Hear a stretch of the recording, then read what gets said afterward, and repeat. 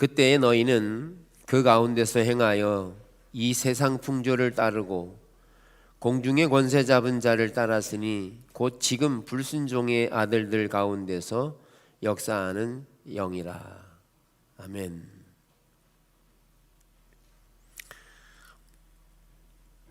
네, 올해는 선교적인 교회, 선교적 교회, 선교적인 교회를 배우게 될 건데요. 세 파트로 말씀을 드렸어요. 올 한 해 동안에 선교적인 교회는 우리가 구원받는다는 것은 개인적인 구원을 넘어서 포괄적인 구원이다 라는 영역을 살펴볼 거고요. 그리고 선교적인 교회 두 번째는 정체성입니다. 그리스도인의 정체성 또는 성경적인 정체성, 이거를 통해서 우리의 문화를 창출할 거고요. 그리고 세 번째로는 그것을 일터에서 어떻게 적용할 것인가에 대한 세 가지 부분을 올 한 해 동안 나누어갈 내용, 전체적인 내용들이 되겠습니다. 그래서 오늘은 이제 전체적인 부분들을 살펴보고 다음 주부터는 구원의 포괄적인 성격이 어떤 것인가에 대한 부분을 구체적으로 다루어 갈 것입니다. 우선 선교적이라는 말은 우리가 많이 이해하기는 선교라고 그러면 믿지 않는 사람들이나 또는 믿지 않는 나라, 종족, 다양한 형태를 가서 복음을 전하는 것을 선교라고 하는 이름을 많이 사용했습니다. 선교 그러면 해외 선교, 국내 선교 이런 형태로 이해되었었지만, 그러나 여기에 선교적이라는 말은 단순히 복음을 전하는 것을 의미하지 않습니다. 여기 선교적이라는 말을 쓸 때에는 우리의 삶의 모든 부분이 선교적이라는 사실을 포함해야 한다는 것입니다. 그래서 이 선교적이라는 말을 쓸 때 가장 영향력을 가지고 태동하게 된 사람이 뉴비긴이라고 하는 사람인데, 이 뉴비긴은 인도에 가서 40년 동안 선교했어요. 복음을 전하면서 선교의 역할을 하고, 그리고 고국인 영국으로 돌아와서 개척교회를 하게 되는데, 그런데 심각하게 발견된 게 뭐냐면 교회가 가져야 될, 교회만이 가질 수 있는 복음의 정체성이나 또는 교회가 가져서 그런 정체성을 가지고 그 이웃에게 가져야 될 영향력, 또 이런 다양한 형태에서의 교회가 잃어버린 것들이 너무 많은 겁니다. 교회가 가져야 될 또는 교회가 갖춰야 될, 교회가 하나님의 백성으로서의 교회가 되어야 되는데 그렇지 못한 현실을 보게 된 거죠. 더 나아가서 그 당시에 뉴비긴이 본 교회는 현대의 과학적인 세계관에 순응해버리는, 또는 계몽주의나 이성주의에 합리화된 형태의 신앙들을 가지고 있다는 거예요. 그래서 그런 사고방식들, 그런 세계관을 가지고 살아가는 그 시대와 더불어서 교회가 그런 영향력을 받고 있는 거죠.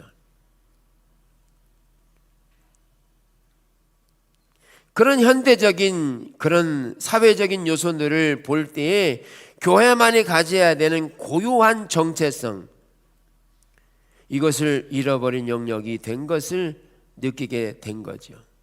그러니까 교회는 교회만이 가져야 될 정체성이 있습니다. 교회만이 가져야 될 정체성, 그것을 이제 계속 나누겠지만, 그래서 뉴비긴은 돌아와가지고 현재 상태를 보니까 복음을 가진 자로서 어떤 영향력도 갖지 못하고 그 시대 가운데 과학적인 세계관에 순응해버린 형태를 보게 되면서 많은 사람들이 성경을 과학적으로 이해하려고 했다는 거죠. 과학이 공적인 진리인 것처럼 이 시대가 그렇게 끌고 가버리는 거죠. 지금 시대에도 과학이 공적인 것처럼 이해되고 있는 사회를 살고 있어요. 과학적인. 물론 과학적인 요인들이 필요합니다. 그런데 교회는 과학적으로 풀어낼 수 없는 영역들이 너무너무 많습니다. 그 예로서 하나님이 온 우주를 창조했다는 게 과학적입니까? 그것을 과학적으로 증명해 보려고 사람들은 과학적으로 연구해서 DNA를 개발하고 그거를 통해서 염색체 수를 세고 그리고 돌연변이가 어떻게 생겼는지 등 다양한 것들을 과학적으로 이끌어내려고 지금 애를 쓰고 있죠. 그래서 어떻게 오래 살고 질병에 관한 문제를 과학적으로 풀어낼까를 이야기해요. 그런데 성경은 처음부터가 과학적이 아니었다는 거예요. 창세기 1장 1절에서부터 하나님이 태초에 천지를 창조하셨다는 말은 과학이 아닌 거죠. 하나님이 우주를 만드셨다는, 사람을 만드셨다는 것 자체가 과학적이 아니라는 거예요. 이게 성경인데, 성경은 이처럼 처음부터 과학적으로 풀어내지 않고 하나님이 시작하셨다는 것으로 시작할 뿐만 아니라 그리고 나서 그 수많은 그 이야기들을 풀어낼 때 주님은 요한복음 5장에서도 5천 명을 먹이실 때 보리떡 5개와 물고기 2마리를 한 아이가 가지고 왔습니다. 그 많은 사람들은 제자들조차도 이것을 가지고 이 많은 사람들을 어떻게 먹입니까? 합리주의적인 과학적인 사고를 가지고 이야기했지만 예수님은 거기에 대해서 축사하시고 그것을 떼어주라 라고 말할 때 5천 명이나 되는 사람들이 다 배불리 먹고 12광주리를 남긴 사건이 과학적으로 이해되겠냐는 거죠. 이해 안 됩니다. 장사하시는 분이 재료 1,000원어치 들어서 100만 원을 벌 수 있다면 얼마나 신나. 과학적으로 돼야 안 돼요, 집장로님? 불가능하죠. 그렇게까지 돈 버시려고 하세요? 버리셔야 합니다. 신앙은 처음부터가 과학적으로 해결될 수 있는 영역이 아니라 하나님이 전능하신 하나님께서 선포하신 시작부터 끝까지 하나님의 주권적인 통치로 이루어지고 더 나아가서 시작도 그랬지만 끝도 마찬가지예요. 새 하늘과 새 땅을 말할 때 사람이 만들어 놓은 땅이 아니라 하나님이 새로운 새 땅을 만드실 그 땅은 죄와 사망과 고통하는 것은 애통하며 곳이 되지 않는 그런 하나님이 새로운 땅을 준비하시는 것이 과학적으로 해결될 수 있느냐? 불가능한 일이죠. 그런데 그 시대가 대부분 과학적인 이해를 가지고 과학이 공적인 영역인 것처럼 그 시대가 풀어가는 거죠. 그런 걸 뉴비긴이 보면서 교회만이 가지는 정체성을 잃어버리고 교회만이 가져야 될 능력들을 잃어버리고 그 시대 가운데 팽배한 그런 가치관을 가지고 살아가서 교회는 더 이상 어떤 사람들에게 영향력을 주지 못하는 교회를 본 거죠.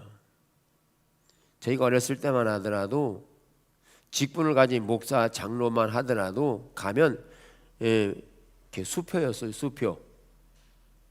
말하면 물건을 주되 그냥 믿고 다 줬어요. 이제는 목사 할아버지가 와도 안 줘요. 어떤 영향력도 주지 못하는, 오히려 멸시하고 짓밟고 무시하고. 왜 우리가 이렇게 교회가 영향력을 잃어버렸냐? 교회만이 가져야 될 정체성을 잃어버렸기 때문에. 오늘날 교회는 세속화되어져 있는 것이죠. 이걸 뉴비긴이 본 거고요. 오늘날도 마찬가지. 열왕기상 18장을 보면 이는 여호와의 명령을 버렸고 아합이 바알들을 따랐습니다. 여기 보면 그 아합이라고 하는 나라가 통치될 때 그 시대의 상황이 어땠냐 하면 이는 여호와의 명령을 버렸고, 즉 여호와의 말씀을 버렸다, 여호와의 명령을 버렸다는 말은 하나님이 말씀하시는 것은 그 시대 가운데 문화를 의미합니다. 삶의 문화입니다. 그러니까 하나님이 말씀하시는 문화를 그들이 버려버렸습니다. 즉 여호와의 명령을 따라 그 길로 행하지 않고 바알들을 따랐어요. 즉 우상의 삶을 따라갔다는 거예요. 그래서 그 시대 가운데 심판이 왔고, 창세기 6장에도 보면 노아의 홍수가 나오는데 사람이 땅 위에 번성하기 시작할 때 그들에게서 딸들이 나니 하나님의 아들들이 사람의 딸들의 아름다움을 보고 자기들이 좋아하는 모든 여자로 아내로 삼는지라, 이렇게 얘기해요. 그러면 여기 결혼하는 게 문제냐? 결혼하는 게 문제가 아니고요, 하나님 없이 살아가는 게 문제인 거죠. 하나님 없이 살아가는 게. 왜? 하나님은 창조하셨을 때부터 우리를 하나님의 가족으로 창조하셨습니다. 근데 하나님 없이 결정 내리고 하나님 없이 살아가고, 이게 하나님 보시기에 죄인 거죠. 이게 뭘 말하냐면 그 시대의 문화를 하나님이 원하시는 문화대로 살아가지 않고 세상의 문화대로 살아가는 겁니다. 여러분, 때로는 성경에도 두 가지 부분에서 이혼이 이야기돼요. 그런데 오늘날 많은 이혼의 공적인 영역이 뭡니까? 그렇게 살아도 되는 거야. 이게 공적인 영역이잖아요. TV에 나와서 사람들이 이혼한 것에 대해 이야기할 때 성격이 안 맞아서 이해해서 그럴 수도 있지, 이렇게 이해하는 거죠. 여러분, 성격 맞는 사람 있어요, 없어요? 성격 맞는 사람 있어요, 없어요?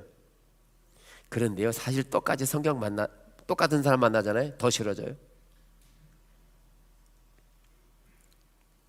근데 오늘날 우리가 갖고 있는 이 세계관이 뭐냐는 거예요.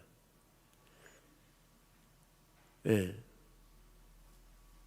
그걸 받아들이는 거죠. 그게 당연한 것처럼, 그게 공적 진리인 것처럼 말하죠. 그런데 성경의 가치관은 그게 아니라는 거죠. 버리지 말라는 거죠. 사랑하라는 거죠. 이처럼 우리가 살고 있는 시대는 우리가 그렇게 과학적인 이성적인 합리적인 사고를 받아들여서 살으니까 사람들에게 어떤 영향력도 주지 못하고 하나님의 문화를 창출해내지 못하는 현대를 우리도 맞이하고 있는 것은 사실이라는 거죠. 현실적으로 그걸 용납하는 거죠. 받아들이는 거죠.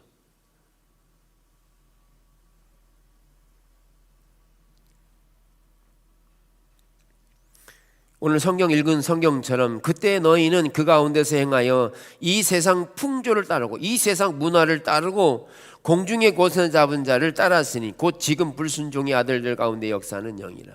여러분, 우리 가운데 진리는요, 성경이 공적 진리입니다. 성경이.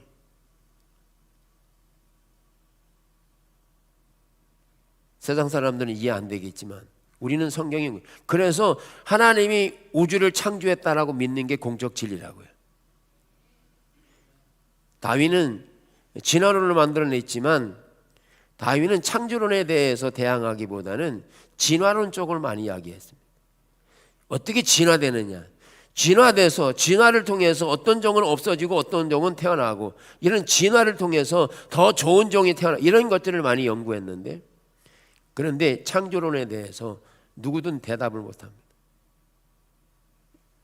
과학적으로 증명이 안 되고요. 그런데 오늘 에베소 2장 2절은 이렇게 말합니다. 이 세상 풍조를 따르고 공중의 권세 잡은 자를 따랐으니 곧 지금 불순종의 아들들 가운데 역사하는 영이라. 잘 들으세요. 우리로 하여금 이렇게 하나님의 공적인 문화를 만들어내지 못하도록 방해하는 요소는 세속화되어져 있는 문화인데, 그 문화를 하게 하는 데 있어서는 배후에 영적인 세력이 있음을 말하고 있어요. 그래서 우리가 어떤 행동을 할 때는 거기에 그 일을 하게 되는 정체성이 있는데, 그 정체성은 그 배후의 밑바닥에 깔려진 그 그 사람의 뿌리입니다. 뿌리예요.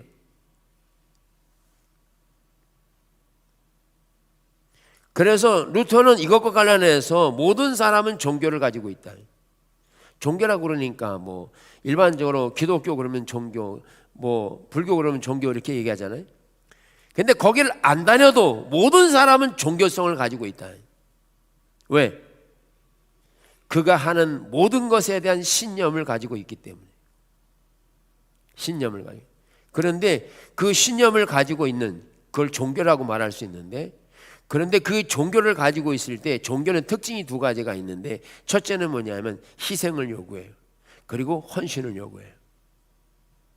종교에는. 여러분, 주님이 우리에게 말씀하실 때 처음 제자들을 부를 때 뭐라 했냐면, 내게 나를 따라오려거든 자기를 부인하고 자기 십자가를 지고 나를 따르되. 어떻게 따르라고요? 온전하게 따르라고. 여기 희생과 헌신을 다 요구해요. 이게 신앙이에요. 우리가 주님 따라가면서 희생과 헌신을 포기한다면 신앙은 시작도 안 됩니다.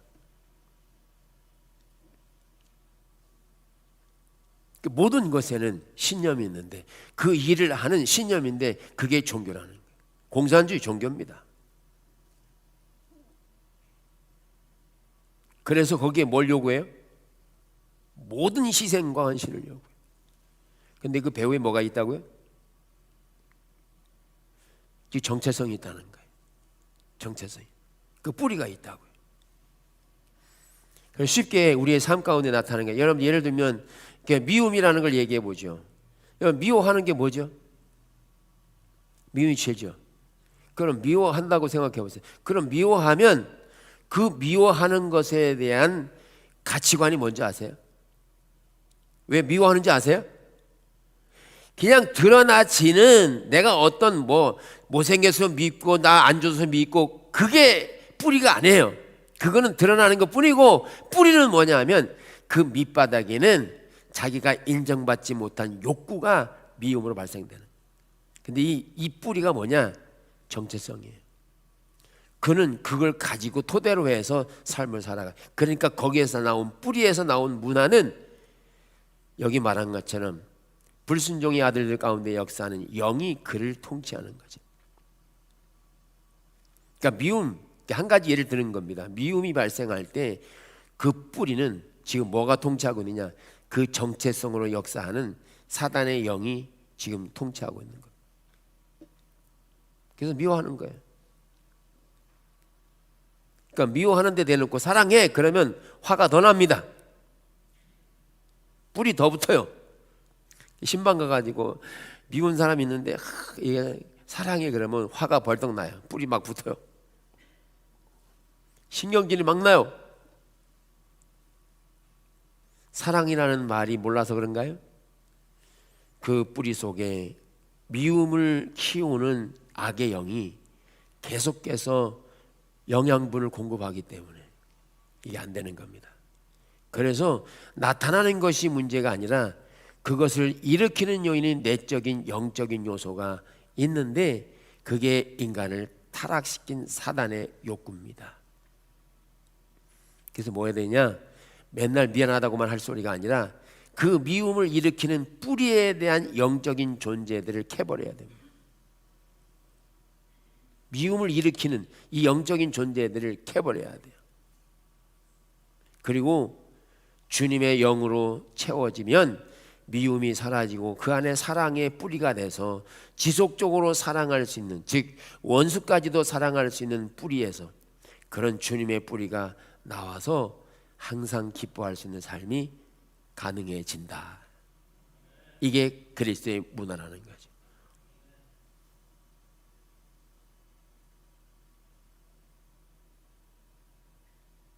그래서 에베소 6장은 이렇게 말해요. 우리의 씨름은 혈과 육을 상대하는 것이 아니요 통치자들과 권세들과 이 세상의 어둠, 세상 주관자들과 하늘에 있는 악의 영들을 상대합니다.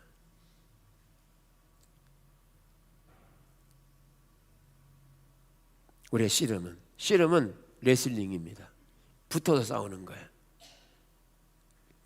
근데 거기에는 영적인 존재가 역사하고 있다는 사실을 말하고 있는 것입니다.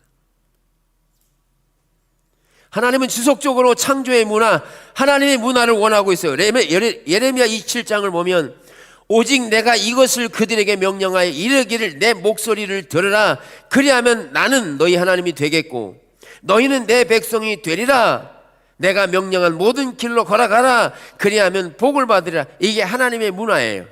성경의 문화고 성경의 가치관에 여호와의 말씀을 따라가고 그의 길로 행하라. 이게 주님의 문화, 교회의 문화라는 거예요. 그런데 그렇게 말했더니 그들이 순종하지 아니하며 귀를 기울이지도 아니하고 자신들의 악한 마음에 꾀와 완악한 대로 행하여 그 등을 내게로 돌리고 그 얼굴을 향하지 아니했다. 그러니까 하나님이 원하시는 문화대로 살아가는 게 아니고 그들이 얼굴을 주님께로 돌리지 않고 등을 돌렸다는 거예요. 그리고 창조의 문화, 성경의 문화가 아니라 세상의 문화를 따라가기 시작했다. 그래서 어떻게 했다는 거예요? 하나님이 거기에 함께하지 않는다는 거예요. 그러면 어떻게 되냐? 하나님이 함께하지 않으면 우리는 우리의 노력과 열심으로 살아야 됩니다. 그러면 어떻게 되느냐? 세상은 더 악해지고 있습니다. 우리는 오늘날 그리스도의 문화를 잃어버렸어요. 저는 작년 크리스마스 때 성탄절날 보내면서 방송에서 뉴스를 내보내는데 교회에서 예배드렸다는 얘기를 싹 빼먹어요.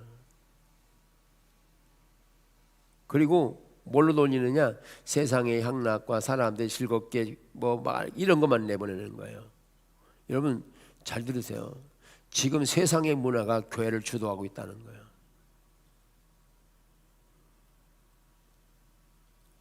그런 거 보면서 나도 그런 날 크리스마스 때 즐겁게 놀아야지 이렇게 생각할 게 아니라 주님의 문화가 이 땅에 다시 회복되도록 깨닫고 발견해야 한다는 거죠. 지금 세상의 문화가 우리를 이끌고 가고 있어요. 그러면 더 이상 종교는 필요 없습니다. 세상의 소금과 빛으로서의 우리 교회를 주님이 오신 건데 우리가 그렇게 빛이 되지 못하면 우리는 필요성이 없는 거죠.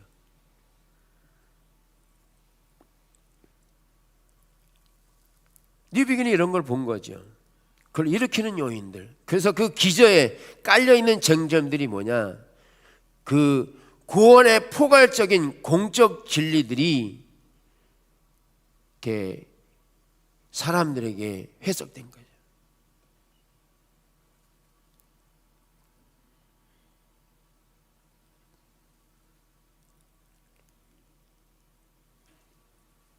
그래서 이러한 것들을 우리가 잘 알아야죠.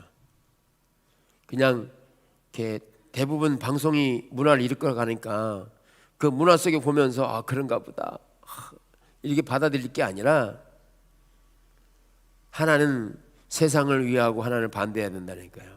왜? 요한복음 3장 16절에 하나님이 세상을 이처럼 사랑하사 독생자를 주셨으니 이렇게 세상을 사랑하는 세상을 위하는 면이 있고 요한일서 3장 16절에 세상을 사랑하지 말라 그랬어요. 뭐냐?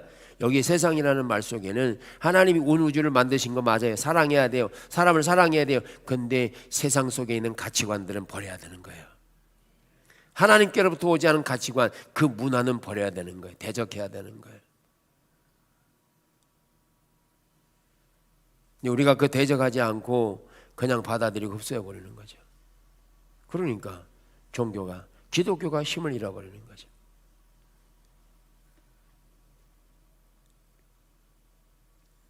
하나님께서 우리를 구원하실 때 우리가 예수 믿고 천국 갑니다 할렐루야 했잖아요. 그죠?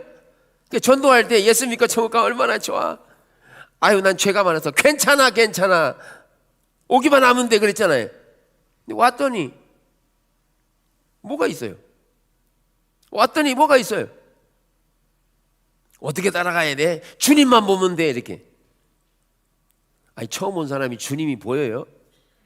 나도 안 보이는데. 이 목사님만 보면 돼. 목회자도 틀렸는데?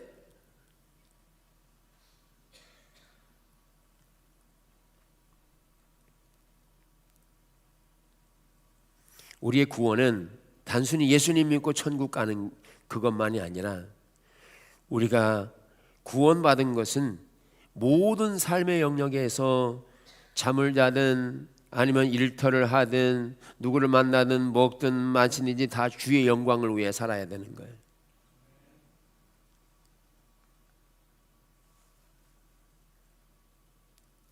예.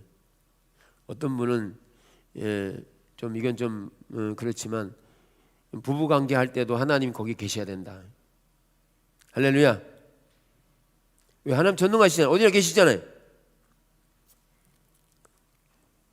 좀 난색하죠? 좀 듣기 좀 그러시죠? 하나님이 그의 삶의 모든 부분에 하나님의 구속이 이루어지는 게 포괄적이 돼야 한다. 그러지 않으면 교회는 단순히 건물 안에 모여서 예배 드리고 기도할지는 모르지만 교회 건물 밖을 나가면 여전히 세상 문화가 우리를 잠식해버리고 그 상태로 살아간다면 우리는 교회 문화가 이 안에 잠식돼 버리고 이걸 사적인 영역으로 몰아넣어서 공적인 영역은 세상이, 사적인 영역은 기도가 이렇게 돼 버리는 거예요. 그래서 뭐냐? 우리만 짝짝꿍하는 거죠. 우리만 잘 노는 거죠. 그래가지고 무슨 일이 되겠습니까? 주님 우리에게 명령하시기를 너는 온천에 다니며 복음을 전파하되 어디로? 세상으로 나가라고 했잖아요. 오히려 예수님이 성령이 오셨을 때 그들이 안 도망가고 그냥 한 대 묵혔을 때 하나님이 핍박을 보내서 확 흩으시는 건데, 구원은 포괄적이어야 된다는 거지. 포괄적이야.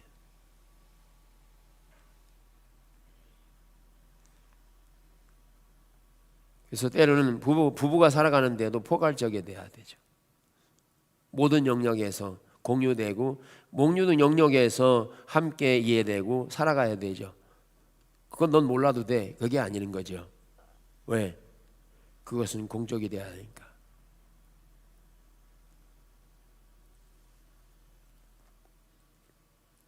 그래서 지금 우리 사회를 인도하고 있는 게 뭡니까? 오늘날에는 개인주의입니다. 개인주의. 그리고 소비주의입니다.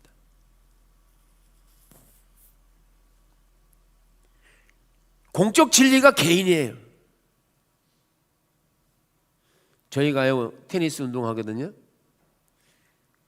근데 거기는 이제 모든 시민에게 개방이 돼서 치는 곳이에요. 세 클럽이 운영하고 있는데 어떤 분이 오셨어요. 근데 그것도 순서를 기다려야 되고 또 네 사람이 쳐야 되니까 이런 상황들이 있잖아요. 근데 왔는데 배척했다는 거예요. 그래서 시에다가 민원을 넣었어요. 그랬더니 민원을 넣었더니 민원 처리를 해야 되니까 그래서 그럼 예약제로 하자. 그래가지고 예약제로 바뀌어버렸습니다. 한 사람이 민원 넣어서 개인이 공적 진리가 돼버린 거예요. 지금은요 민원을 넣으면요 벌벌 떨어요. 막 민원 넣지 마세요. 내 기분 좋으라고 민원 넣지 말고 공적인 일을 위해서 하셔야 돼요. 그러니까 지금 우리가 살고 있는 세대는 공적 진리가 뭐냐? 개인이에요. 그래서 내가 사람을 찔러도 자기가 기쁜 나쁜 게 공적 진리예요. 죄책감을 못 느껴요. 그만큼 이 세상은 뭐가 주도하느냐? 악의 영들이 주도하고 있는 거예요. 그거를 돌이키려고 법을 만들어요. 되냐고요?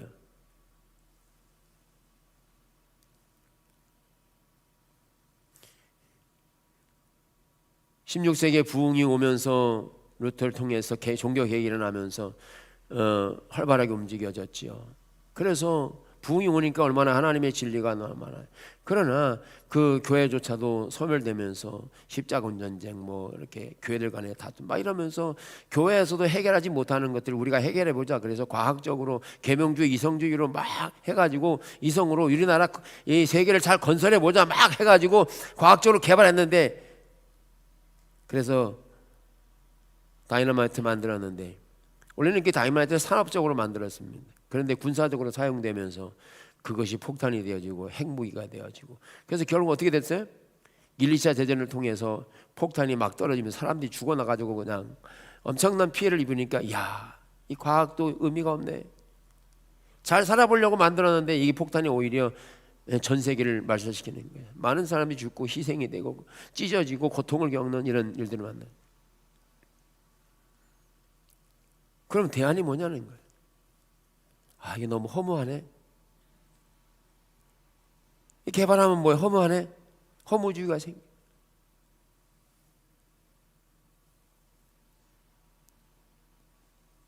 오늘 젊은이들이 비전을 잃어버려서 허무한 거잖아요. 왜 허무한지 아세요? 자녀를 낳아서 키우는데 3억이고 5억이고 필요해요. 근데 그거 벌으려니까 허무해. 벌 수가 없어. 비전을 잃어버려. 왜? 오늘날 이 시대 가운데 개인주의든 허무주의든 이런 형태들이 지금 생산된 것이 성경의 가치관이 아니라는 거예요. 자녀만 낳는 것만 하더라도 이 시대가 심각하게 지금 고려되고 있잖아요. 충주시도 이제 0세부터 1세까지는 매달 100만 원 준답니다. 많이 나십시오. 1세가 되면 50만 원씩. 그래서 한 달에 이것저것 해가지고 한 200은 될 것 같더라고요. 왜 안 낳는지 아세요? 힘들어서가 아니에요. 그 시대를 주도하고 있는 게 하나님의 창조의 문화가 아니에요. 성경은 낳고입니다. 뭘 잃어버렸느냐? 하나님을 잃어버렸어요. 교회가 하나님을 잃어버렸어요. 하나님의 문화를 가져야 될 그걸 잃어버린 거죠. 그래서 오늘날 개인주의가 되어버린 거예요.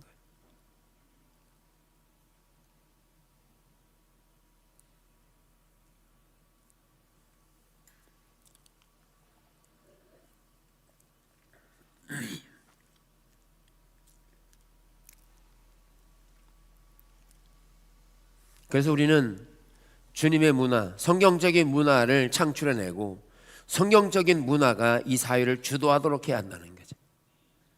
이 사회가. 왜? 그게 창조의 원리니까. 그러려면 우리가 선교적인 백성이 돼서 영향력을 가져야 하는 거죠.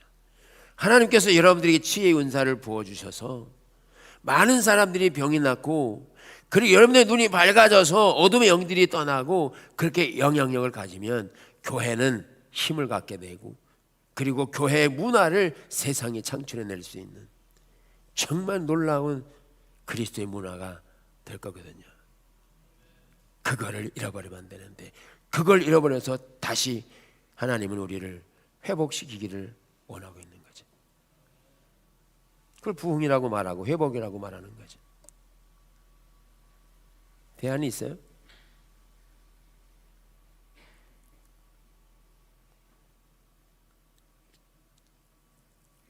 그래서 하나님께서 우리를 구속한다는 말은 단순히 영적인 구원만 말하는 게 아니라 포괄적인 구원이라서 우리가 선교적인 백성으로 모든 삶의 영역을 말하고 있는데 이게 출애굽기에 나와 있어요. 하나님께서 모세를 출애굽기 3장에서 모세에게 내 백성 이스라엘을 구원해내라고 말해요. 그래서 모세가 가서 이스라엘 백성들을 구해낼 때 바로에 속해 있는 즉 애굽의 바로 왕에게 귀속돼서 종살이하고 있는 그들의 삶의 땅에서 출애굽을 했습니다. 아니 그 땅에 살면서 구원받은 게 아니고 그 땅에 살고 있었는데 그 땅에 살고 있던 이스라엘 백성들이 그 땅을 나왔다는 거예요. 출애굽은 그 땅에서 나왔다는 거예요. 영적인 구원만이 아니라 그의 삶의 터전 자체가 바뀌어버린 겁니다. 그를 이끌어내서 광야로 인도하시면서 하나님은 하나님의 문화를 그들에게 집어넣기를 원하셨어요. 그래서 홍해 앞에 갖다 놓고서 하나님께서 홍해 앞에 갖다 놓은 이스라엘 백성들이 어떻게 하기를 원하셨어요? 어떻게 하기 원하셨냐고요? 하나님이 주도하시는 하나님이 통치하시는 나라로 세우기를 원하셨어요. 어떻게 해요? 하나님의 자원으로.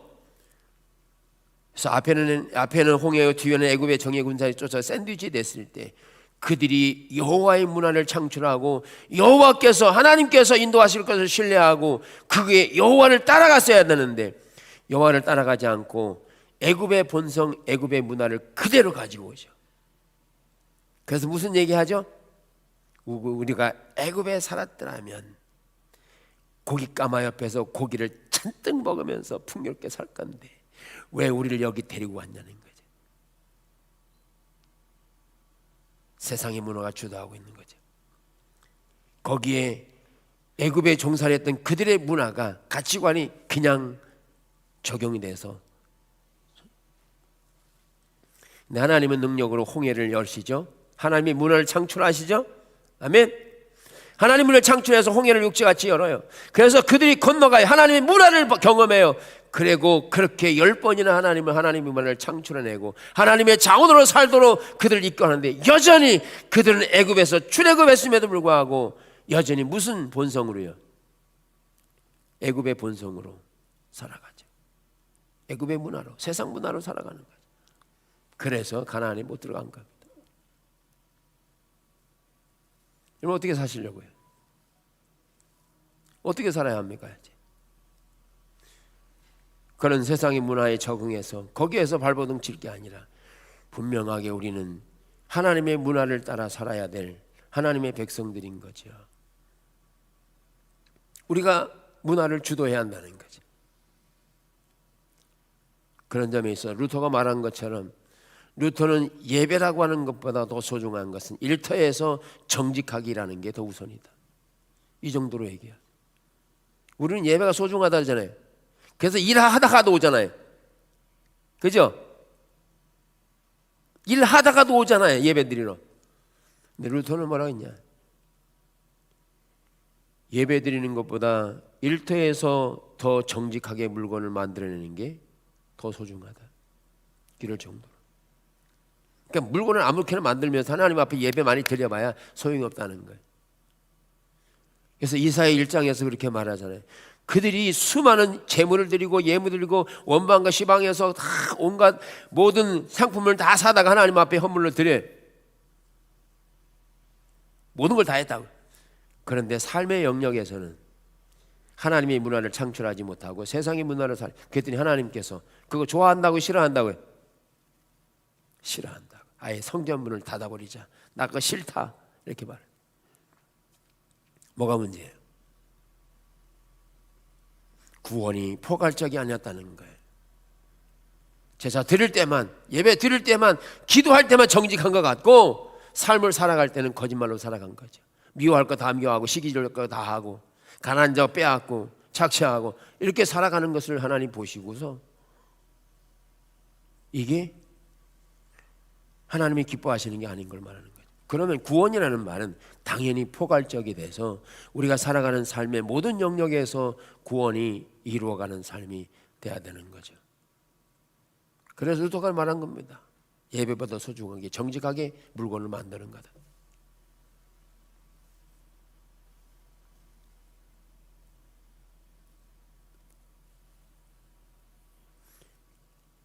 그래서 교회는 이렇게 선교적인 백성을 서로 살아가도록 교회는 무장시켜야 되고 그렇게 양육시켜야 되고 자라게 해서 하나님의 문화를 창출할 수 있는 백성들로 세워야 되는 그런 소임이 저에게도 있는 거죠.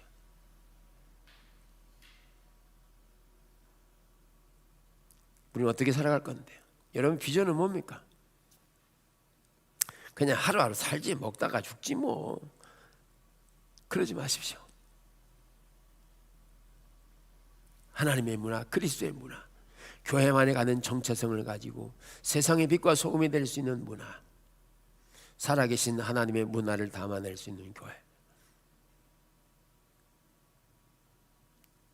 그것은 주님 안에만 있습니다.